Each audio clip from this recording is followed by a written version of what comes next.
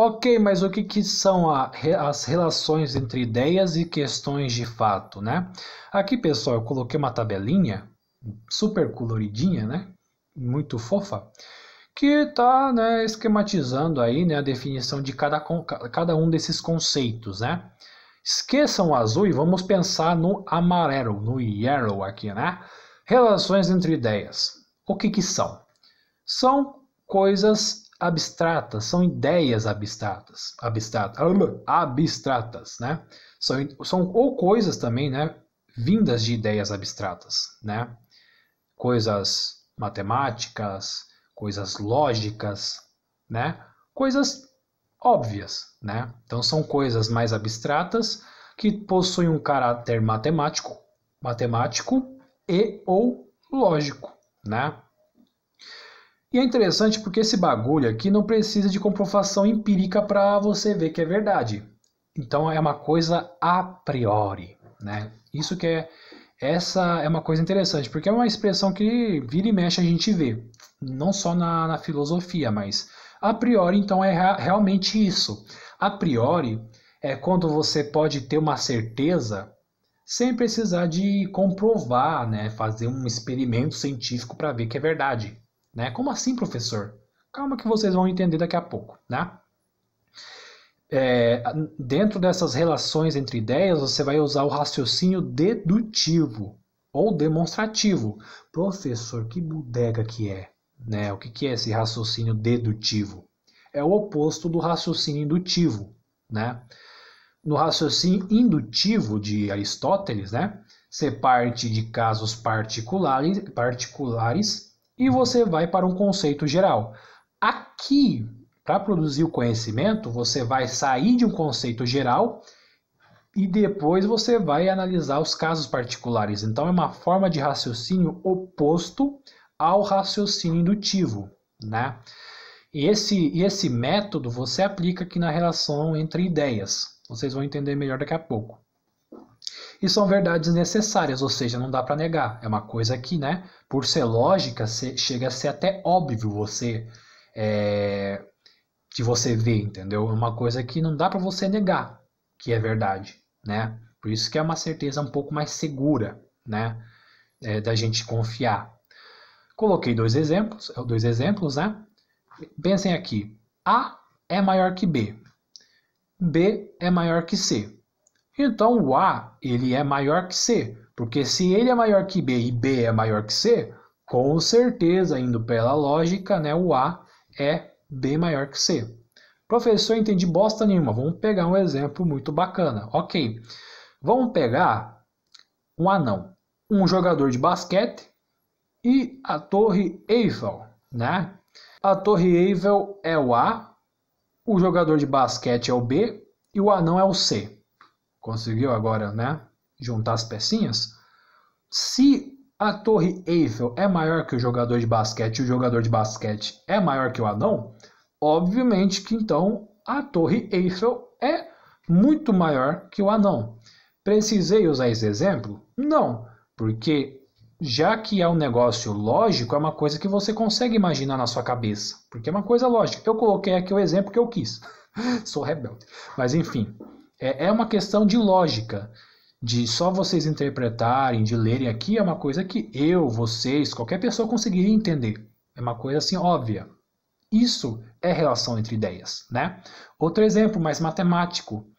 A hipotenusa é igual à soma dos quadrados dos catetos, né? Aquela coisa de trigonometria, né? Estou invocando um monstro agora, né, para vocês.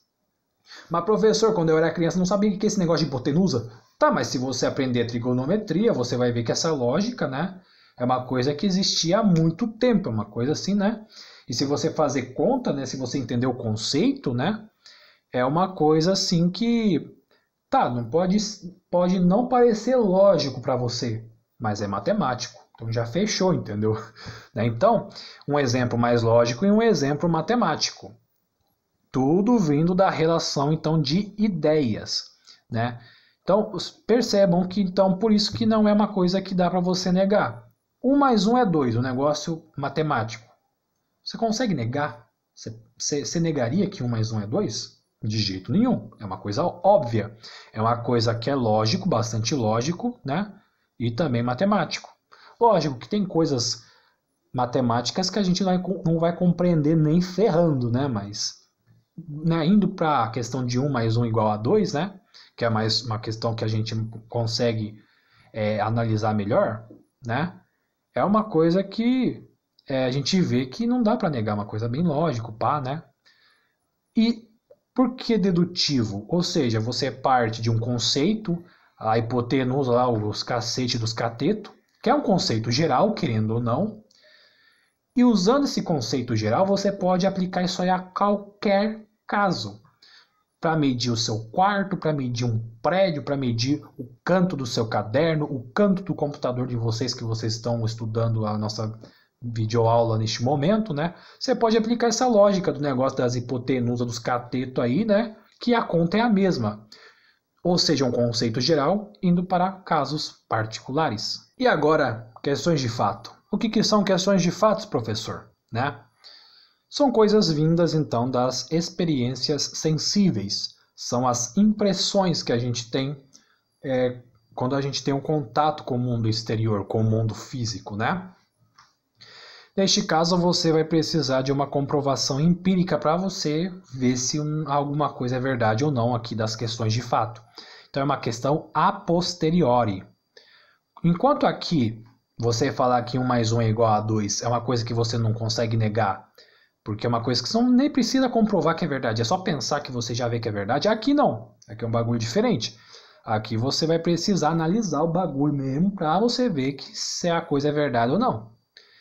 E aqui, né, por conta disso, você vai usar o raciocínio oposto, que é o raciocínio indutivo. Aqui eu parto de conceitos gerais e vou para casos particulares. Aqui eu vou no normal mesmo, eu vou do particular e subo para os conceitos gerais, né? Baseados então no que seria o hábito, baseado nas repetições das coisas, né? Elas são, né, ao contrário das relações de ideias, as questões de fato são coisas incertas, né? E ausentes de qualquer casualidade, porque isso é uma brisa aí de David Hume, né? Porque o cara não acredita na relação de causa e efeito. Francis Bacon, próprio Aristóteles, outros pensadores aristotélicos, eles acreditam na relação causa e efeito, né? Efeito borboleta, né? David Hume ele vai tacar o dane-se nessa situação e vai falar, não existe casualidade nenhuma, só existe as coisas acontecendo e boa, né? Ele meio que o David Hume é meio jogado nesse sentido, né? Então, então ele não acredita então na relação de causa e efeito das coisas, né? As coisas acontecem e boa, né? Então, as coisas concluídas nas questões de fato são coisas incertas e totalmente ausente então de qualquer casualidade. Coloquei 2 exemplos aqui, né? E aqui temos a lógica. Lógica entre aspas, né? A água evapora quando atinge a temperatura de 100 graus. É uma coisa que você precisou ver para ter certeza que realmente isso aí era verdade, né? Você precisou pegar a água, esquentar, né? Botar em cima do fogo lá, numa panela, ver o bagulho borbulhar, colocar um termômetro, né? Professor, eu sei disso porque eu pesquisei na internet. Mas para estar lá o negócio na internet, o que você precisa? Né? O que precisou? Que um cara, né, fizesse isso para depois pôr na internet. Olha que coisa, né? Então, mesmo que a gente tenha essa informação na mão, precisou de alguém fazer um negócio científico, né, empírico, para ver que a água evapora na temperatura de 100 graus Celsius, né? Mesmo assim é um bagulho incerto, porque o negócio está no nível do mar, para você ver se realmente está nos 100 graus que evapora o bagulho, às vezes está na montanha e a temperatura de ebulição da água é diferente. Olha a física aí. Né? Mas enfim, não vou falar muito de física aqui não, porque senão vocês já surtam, né? Física é tenso, eu compreendo. Outra coisa, se o céu ficar nublado, provavelmente vai chover. É uma outra questão de fato, né? Você está observando a realidade, você está vendo a coisa empiricamente, né? E mesmo assim não é uma coisa totalmente certeira, porque principalmente aqui na cidade de Registro, no Vale do Ribeira como um todo, né? Você acha que vai chover, no final não chove bosta nenhuma. Então, é uma coisa que apesar de você imaginar que talvez chova, né? Tem, por outro lado, a possibilidade de não chover, né? Então, esse aí é um outro exemplo aí das questões de fato, né? Percebam que aqui o negócio é mais conceitual, mais brisado, mais ideias, abstrações, conceitos, né? Um negócio mais da mente, né? E aqui é um negócio que tende para o mundo físico, tende para a experiência, para o mundo empírico, né? Percebam que tem uma certa oposição aí, né? Como que as relações entre ideias pendessem para o racionalismo e as questões de fato pendessem, né? Tivesse a tendência aí para o empirismo, né? É interessante que vocês tenham essa ideia na cabeça, porque vai ter um bagulho bem parecido, né? Essa dicotomia, essa bipolarização dos negócios aqui, a gente vai ver um negócio mais ou menos parecido em Immanuel Kant, que a gente vai ver, né, nas próximas aulas, né? Então tenham isso em mente, né? Que certas coisas vão se repetir daqui para frente, né? Exemplo disso é essa questão que eu falei, essa dicotomia aqui na questão da forma de você produzir o conhecimento, né? Esse negócio vai se repetir no Immanuel Kant. Mas aí vamos deixar mais para frente esse bagulho aí. E na próxima aula vamos ver essa cambada aí, né? Que vão fazer parte de um negócio chamado Iluminismo. Então, não percam a próxima aula. Qualquer dúvida, guardem para o plantão de dúvidas que a gente vai ter. Ou coloquem a dúvida de vocês naquele link em anônimo, né? Que eu passei para vocês, né? E é isso. E tchau, tchau. Now the world don't move to the beat of just one drum.